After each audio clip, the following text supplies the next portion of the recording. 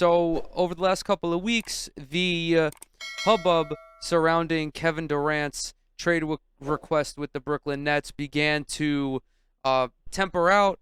There were a couple of teams associated with him or mentioned alongside them in a potential deal: the Boston Celtics, the Toronto Raptors, although that kind of fell apart after they refused to include Scotty Barnes in any type of deal. Effectively, there is nothing going on with Kevin Durant. And still, even in light of this recent news, I do feel that nothing is going to come of this deal. But Kevin Durant, in his effort to control the narrative and I guess put the onus on the Brooklyn Nets to do something, he came out, or the news came out, that he went to Joe Tsai and effectively gave him an ultimatum. He said, "You either trade me or you fire Sean Marks and Steve Nash." And this sent everyone on Twitter into an absolute tizzy because, of course, this is like very odd. This is very odd for Kevin Durant to be like, it's either them or me, especially considering that he was the one who went and wanted Steve Nash. Now, there were people I saw defending Joe Tsai or being on Joe Tsai's side, and they're like, you can't let Kevin Durant boss you around. You have to stick with Steve Nash and Sean Marks over him. Like, I don't understand where this take comes from. Like, logically, I don't understand how someone could meaningfully have this take. I don't know what fucking universe you pick a coach and a general manager over Kevin Durant. Now, I do feel that Kevin Durant might have overstepped when he said it's either me or Steve Nash and Sean Marks. I don't think Sean Marks should be involved in that conversation at all because, truth be told, I don't have an issue with him. I think up until this point, Sean Marks has done a pretty decent job with this franchise. I mean, it was him who really helped put Brooklyn in a position to land Kevin Durant and Kyrie Irving. But I saw this news. I saw Shams tweet about it, and I said, they are finally going to fucking fire Steve Nash. Now, if y'all have been listening to the show for, for any length of time, especially over the last 6-8 months or so, I've been wanted Steve Nash out of Brooklyn. I don't think that he's cut out to be an NBA coach at this time. He's definitely not cut out to be a coach, to be a head coach on a championship contender. No fucking way. This guy does not have a game plan. He does not know how to properly maximize the players on his team. His game plan is effectively like, okay, you guys go out and put yourselves in these positions to excel, which is not going to last the entire time. And we fucking saw how disastrous of a job he did against the Boston Celtics. Granted, there were other factors there, but he got thoroughly outcoached by Ime Udoka. And this isn't even taking into account how disastrous of a game manager Steve Nash is as well. Just no idea when to use timeouts. His timeout usage is always either too soon or not soon enough, where instead of calling a timeout on like a 10-1 run, he'll call a timeout on like an 18-1 run.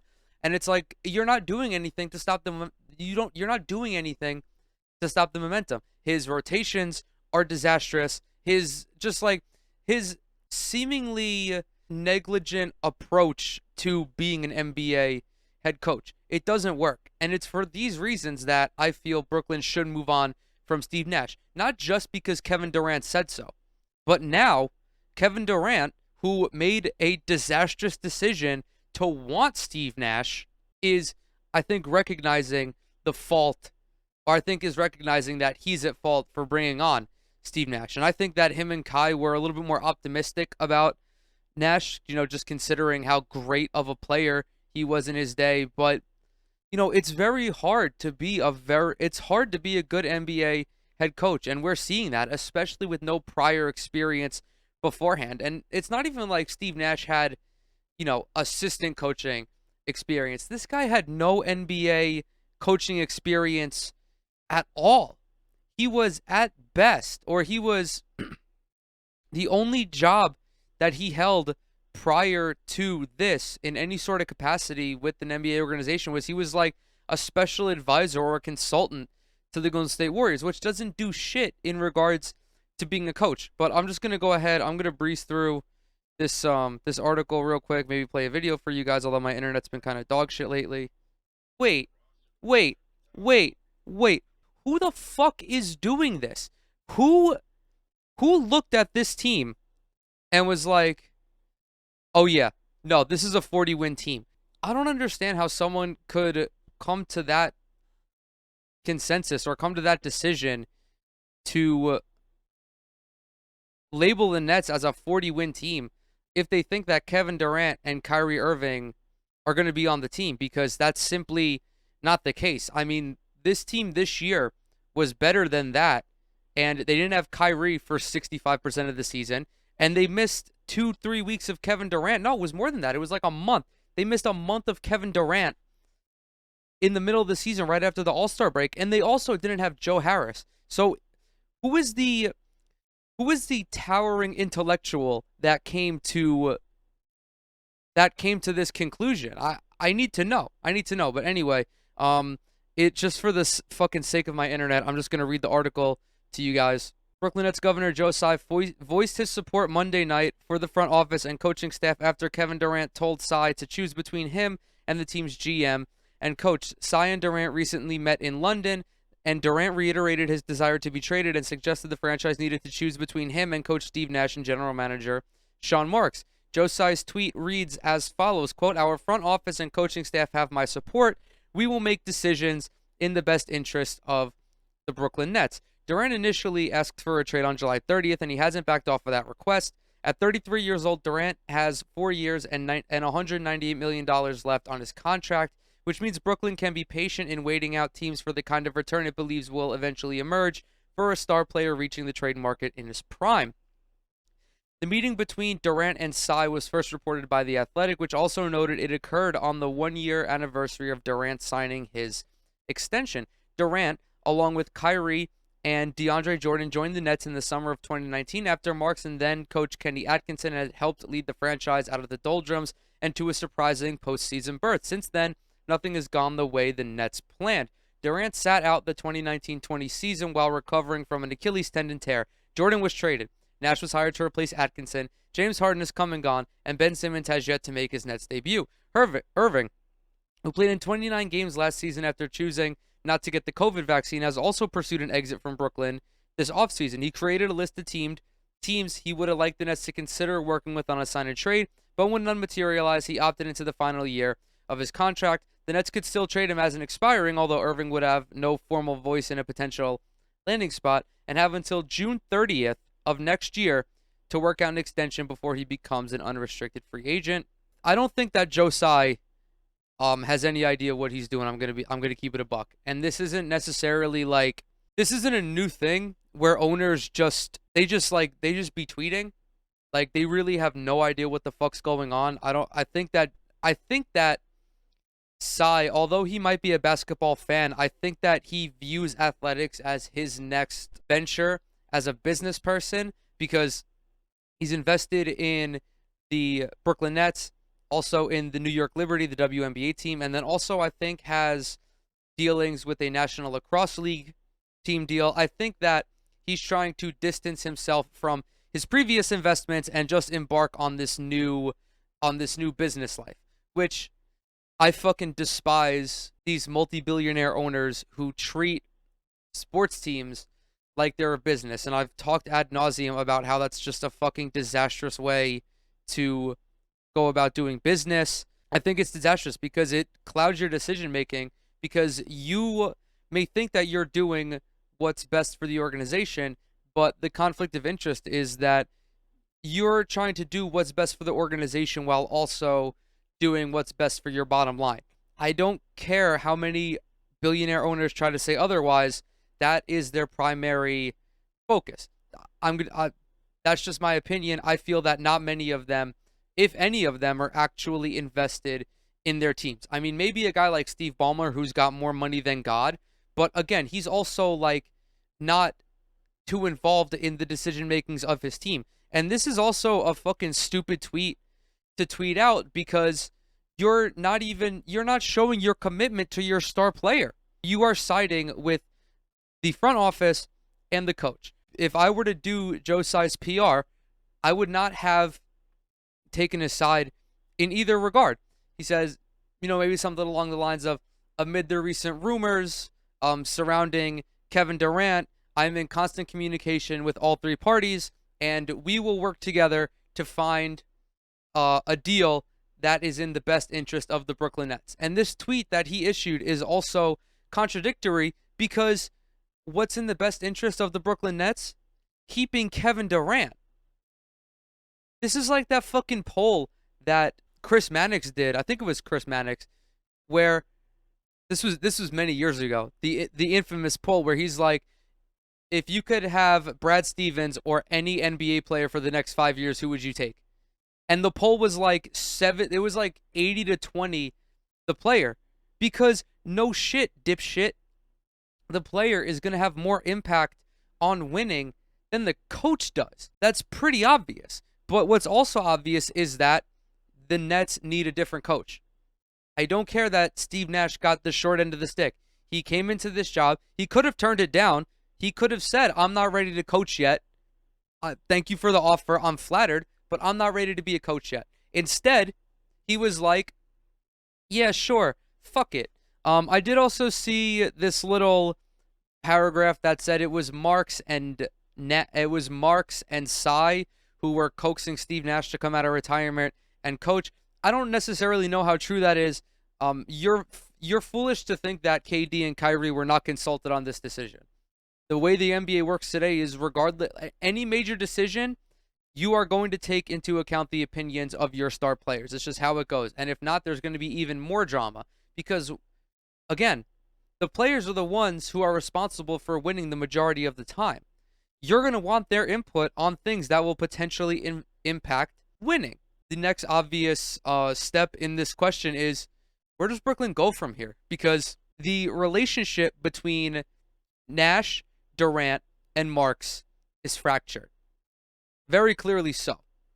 The relationship between Kyrie, Nash, and Marks is seemingly fractured. There were reports that said Kyrie harbors similar feelings to Kevin Durant, but I think that was a quote courtesy of the New York Post and their sources, so I don't necessarily know how true that is. Regardless, I would not be surprised if that were the case, because, again, of everything that happened with Kyrie and COVID vaccine. Like, I understand why Brooklyn did it, and in retrospect, they went about it the wrong way, because they kicked Kyrie to the curb immediately. They immediately kicked him to the curb, even though everybody knew that he was going to come back at some point. The Nets postured like they had some fucking moral superiority, and then came groveling back to Kyrie to come play when shit began to hit the fan. But everyone knew that shit was going to hit the fan. Everybody knew it.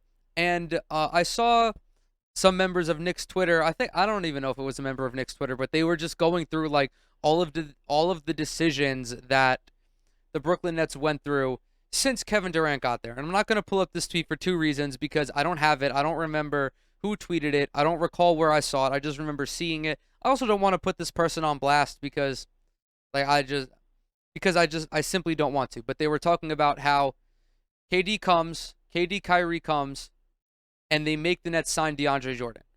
And pretty much the consensus was, when it happened back in 2019, the consensus was, amongst all of NBA Twitter, if you have the chance to sign Kevin Durant and Kyrie, you also sign DeAndre Jordan, because you do not get that caliber of player coming to your team all the time. So you bite the bullet, you do that. And then there was their ousting of Kenny Atkinson, a decision I supported, because Kenny, much like Steve Nash, had so many issues with mostly managing the basketball games. He had similar issues with rotations. He had similar issues with timeouts and just little things like in-game adjustments, shit like that. However, there were redeeming qualities to Kenny Atkinson's coaching ability, namely his ability to develop players, which has worked out exceptionally well for guys like Karis LeVert, D'Angelo Russell, Jarrett Allen, etc. And now I think he went to the Warriors. There were some talks about him getting a head coaching job. No, actually, he signed with the Charlotte Hornets, if I remember, if I recall correctly. But point being that at that point in time, Kenny Atkinson was not ready to be a head coach on a contending team.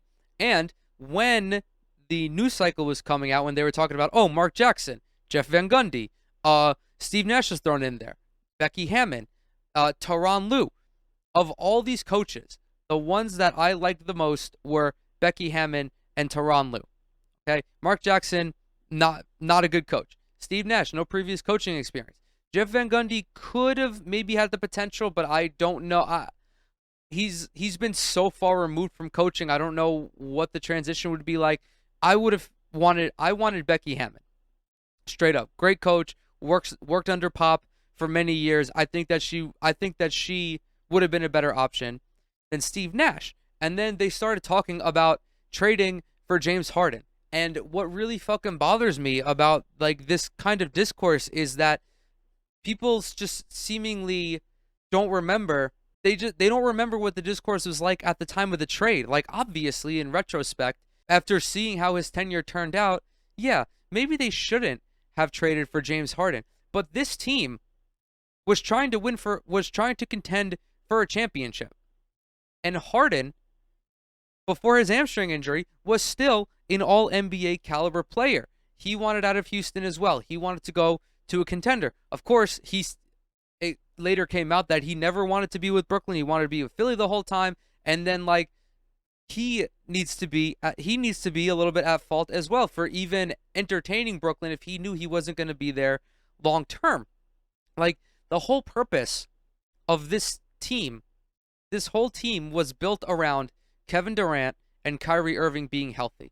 And then they traded a bunch of guys who collectively were maybe a little bit better than peak James Harden. But that's a risk you take when you're trying to contend for a championship.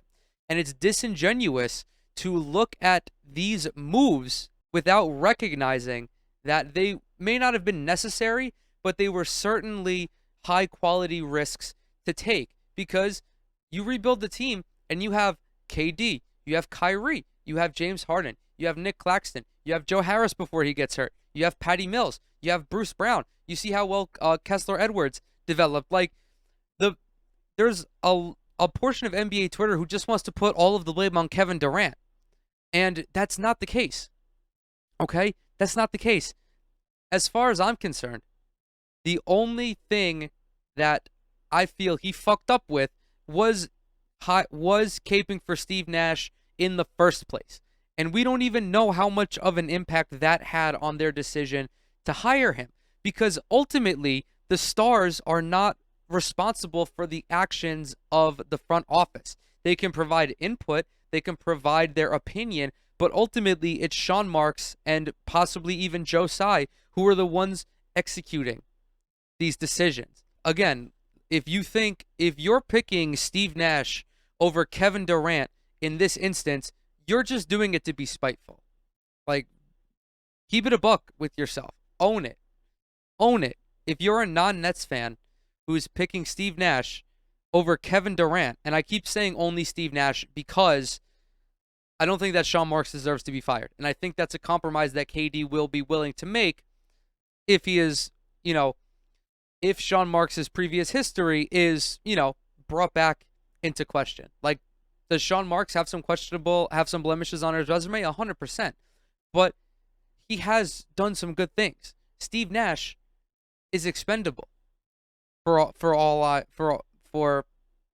intents and purposes. So if you're a non-Nets fan who's picking Steve Nash, I think you're just doing it to be spiteful. And if you're a Nets fan who's siding with Steve Nash, you've just been lobotomized. Like, there's not a single ridge on your brain, because we have all these discussions about player empowerment and how we want to side with the players. We want to be pro player. And then, like, certain shit will come up, and then it's like, oh yeah, no, I'm pro player empowerment in every instance except for this one. Meanwhile, this is the most fucking cut and dry instance of it, because if forced between a MVP candidate and a below average head coach, who are you going to pick? Who is the obvious decision in this regard, in this instance? It's the player. It's the player. But regardless, I still don't think anything is going to come of this deal. I think that Kevin Durant stays in Brooklyn. I hope that Steve Nash gets fired. Again, if you guys have been listening or if you're new here, I've been talking about firing Steve Nash since the All-Star break. Maybe even before that, since Christmas, because it's just like, it was a failed experiment. And, shit happens. And I know I rail on organizations all the time for having short leashes with their head coaches, but it's different when you're a rebuilding team who fires a coach after 2 years and when you're a contending team who fires a coach after 2 years. Because when you're a rebuilding team who hires a rookie head coach, you're hoping that he can develop alongside your players. But when you're a contending team who hires a head coach, you need that head coach to be at a similar level to your players. I think that's about all that I have to say in regards to this. We'll see what happens. We'll see what happens. My prediction, though, is still nothing's going to come of this. I sincerely believe that. I think that Kevin Durant remains a member of the Brooklyn Nets for the foreseeable future, at least for this season. Anything is possible beyond this season, but I think that after the conclusion of the 2022-2023 season, if Brooklyn fails to win a championship, I believe that the consensus both within the fan base and within the organization will be like, this was a failed experiment and maybe it's time to move on, which would definitely fucking suck. But unfortunately, like that, it bees like that sometimes. It sucks, but so it goes.